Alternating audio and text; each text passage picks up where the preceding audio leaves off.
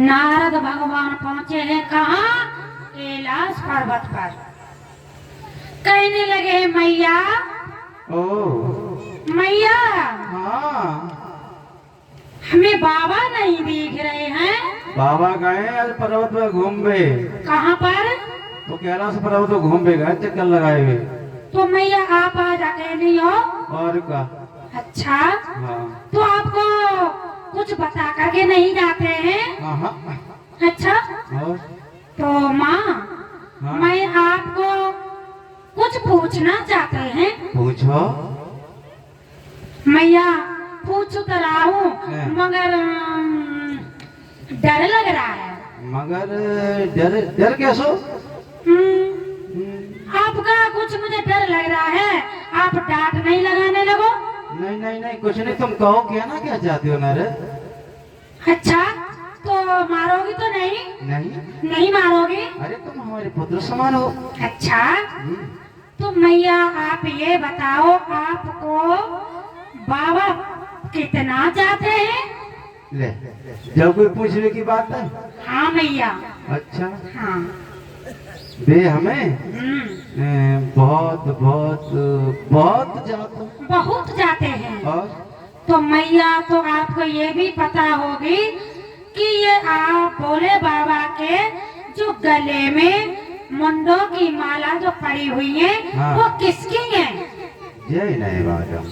अरे मैया, आप तो कह रही थी हमें बहुत प्यार करते हैं। तो जब मैंने कहूँ बताइए ही ना। तो आपको प्यार नहीं करते हैं? अच्छा, हाँ तो आज आंधे हो मैंने। हाँ, अगर आपसे प्यार करते होंगे तो आपको बता देंगे। अच्छा, हाँ, और नहीं करते हैं तो मैया समझ लो, तुम जानो तुम्हारी महिमा जाने। ठीक है, तो आज आंधे हो भोले बाबा को। तो और इतना कह करके नारद मुनि पता था, तो मरी पता में आगे बाबा वहाँ से रवाना हुए। भैया नारद ने आग को लगा दिया। उधर से भोले बाबा जैसे ही पर्वत पर आए, मैया नहीं पानी पूछ रही है ना भंगिया की पूछ रही, कहने लगी है आप कहाँ से आए हो? भोले बाबा कहने लगे अरे आज तो कैसी नाराज दिख रही हो। क्या करें, नाराज ना हो तो। क्या बात हो गई है?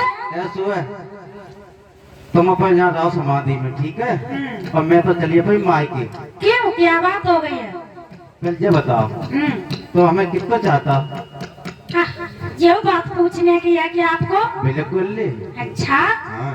तो मैं तो इतना चाहता हूँ कि जैसे पलक आंखों की रक्षा करता है वैसा ही। अच्छा, हाँ। तो हमें को बात पूछे तो बता दोगे? हाँ, अच्छा, क्यों नहीं? तो ठीक है, बताओ। ये बताओ, तुम्हारे गले में जो मुंडन की माला पड़ी है, जी किनके मुंडन है?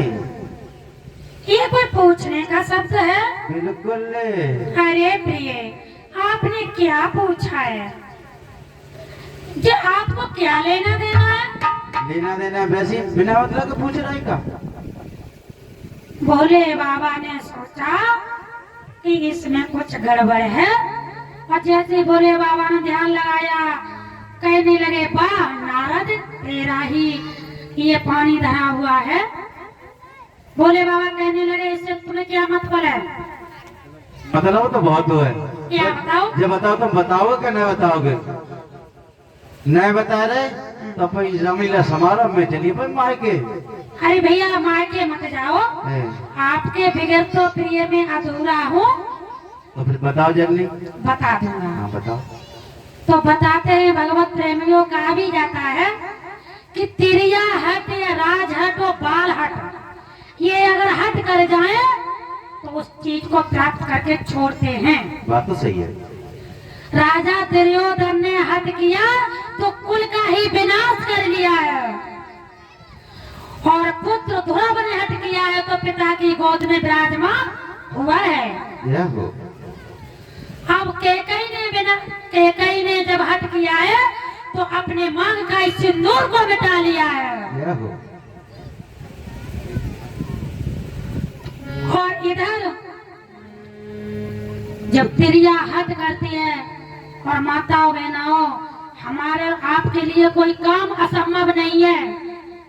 हम और आप जिस कार्य को अगर करने के लिए खड़े हो जाए तो उसको कोई रोकने वाला नहीं। बात तो सही है ना भैया? बिल्कुल। अरे आजकल तो इतनी है, बताओ ड्राम में काट कूट के डाल दिए, क्या स्त्रियां नहीं किया है? स्त्री नहीं किया है? हमें तो कितनी जब लंबी लगता है। छाती है धन्य की, हैं?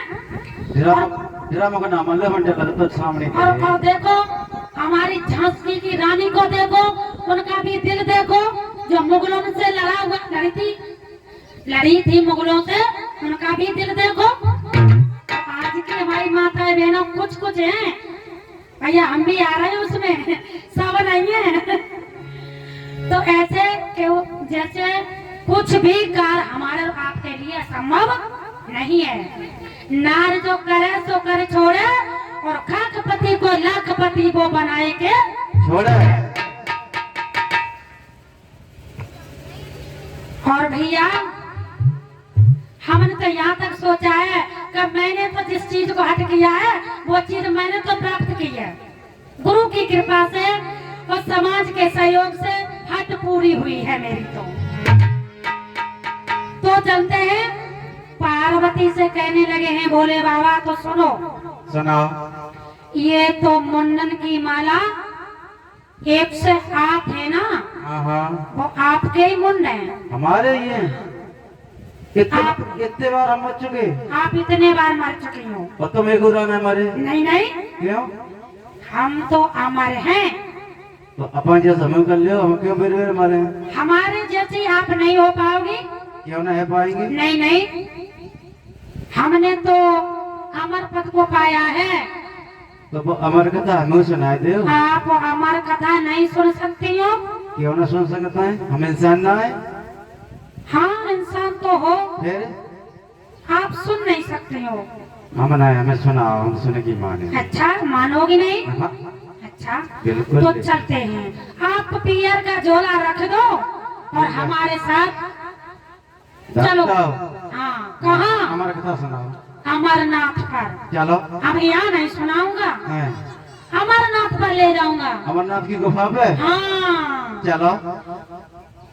तो चलने के लिए पार्वती तैयार हो गई है और इधर भोले बाबा पार्वती जाने लगे हैं और अमर कथा अमरनाथ पर सुनाने के लिए विराजमान हुए हैं।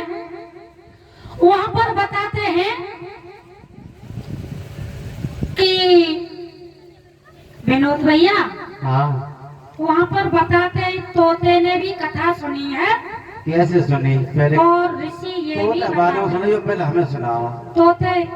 हाँ आपको भी सुना देंगे, मेरे यहाँ दो उदाहरण हैं। हाँ, बताओ। इसलिए हाँ। वह तोता ने भी कथा सुनी है बिल्कुल सही और बात है। कबूतर ने भी बताई जाती है सुनी है।